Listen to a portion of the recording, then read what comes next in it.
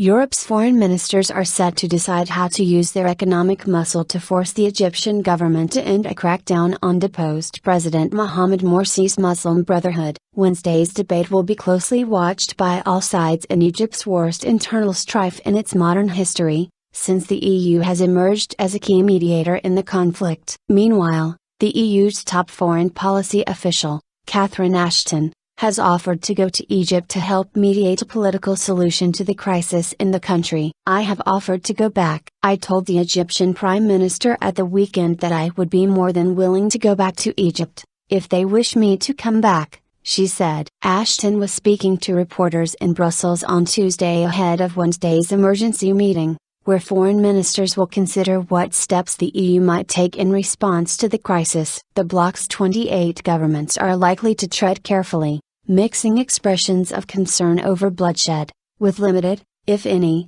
changes in the $6.7 billion aid package Europe promised to Egypt last year, diplomats said. UN's Feldman in Cairo. Ashton traveled twice to the country last month following the July 3 ouster of President Mohamed Morsi after massive protests against his administration. On July 30th, she was the first senior foreign official to meet Morsi, who is in detention in a secret location. During her last visit, she and the EU's special envoy for the southern Mediterranean, Bernardino Leon, sought to facilitate a political deal including the Muslim Brotherhood. But foreign mediation efforts by the EU, the US and the Gulf nations broke down. The situation in the last days has degenerated further, with almost 900 people reported dead in the last week. Ashton said the 28-nation bloc had worked on ideas to try and have confidence-building measures with the different groups in Egypt, across the political spectrum, and to try and help support a political solution.